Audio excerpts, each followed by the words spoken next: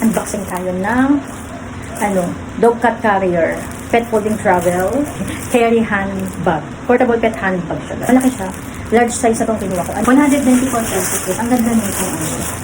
Portable handbag para sa ating mga fur babies. Ayan. Ganda ang box for mga idea. Large size. Mablas na yung kinuha ko. Ayan, pwede ba ang kinuha? Ayan, ganito. Siyempre, assemble ko siya. Ang ganda nito kasi pag namamasyal tayo, umaalis tayo, hindi natin makasama yung fur baby natin kasi nga di ba nakakaawa naman kung maiwan sila sa bahay. At saka, pag tinatali sila kung lalabas tayo, kasi nakakaawa, so bumili na ako ng ganito. 194 pesos pesos. Ano ba kasama din yung shipping dito? Yung shipping dito ang kasama yun. Ayan, laki niya kasi guys. Ayan, ano siya guys, ayan. Ayan, saka ako. Siyempre, assemble natin yan. May kasama siya, ito. Ano lang kung zipper lang siya guys. Zipper lang. Ito ganito yung detail siya guys. Zipper nyo natin siya. Ayan. And then, itong kabila rin. Zipper natin sa kabila. Ang ganda nito guys. Pet dog carrier handbag. Ayan. Carry handbag. Ayan siya guys. Ayan. Tapos, ayan siya. Dito, ituloy-tuloy lang yung zipper guys. Para di ba makasama natin sila pag umaalis tayo guys. Ayan. Kaya tumayo na ako guys kasi para ayun siya, hindi maayos ko siya. Ayan. Ayan ito guys, at ganda niya. Oh. Pwede na natin ilabas yung ating mga fur baby. Ayan. Ayan siya guys. Ayan siya guys. Basta zipper lang na zipper guys. Ayan.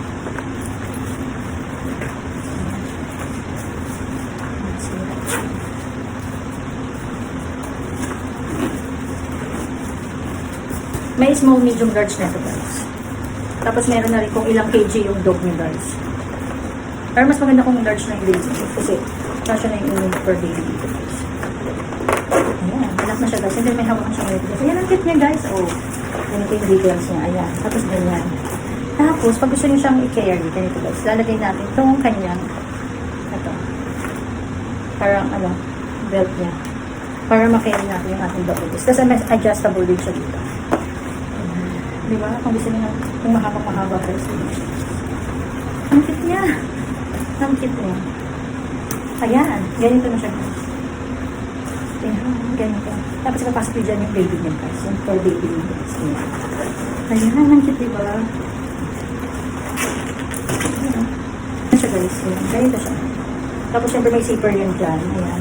Pwede nyo na madala yung per baby mo guys. Using lang. Pwede siyang ganito. Ayan. Papasok dyan yung baby guys. Yung doggy or cat, ayan, pwede siya. For dog and cat. Carry handbag. Ang cute niya guys. Ayan, dalawa yung zipper na dito niya. And then, sa kabila, ganun din. Paikot lang pala siya. Ayan, paikot kasi siya guys yung zipper niya. Tapos ganyan. Kung gusto yung hand carry nyo lang yung baby niya guys. Kung ayaw mo siya, kung ayaw yung gamitin sa ganito guys. Diba? Ang cute niya guys. Bibit yun yung baby. Ayan. Dito siya. May mga mesh siya. Ayan. So makakahinga siya kasi may mga net siya ganyan guys. Ayun yung details niya. Ayan guys. Mura lang to. 194 pesos. Diba? Ang ganda niya. Check this one guys. Andyan yung lip na guys. May iba-ibang design to at saka color. May mga gray. Depende sa inyo kung ano gusto mong design. Large na to guys. Ang ganda diba? Oh. Kaya hawakan na lang natin ng gray. Ayan. Ang ganda niya. Ano siya, bear yung design niya, bear. Ayan. Tapos black ang color yung pinili ko. Di ba? Ang cute niya. Nakita niyo. Kasi malit ako eh. So, ganyan siya. Pagdadalhin ko siya.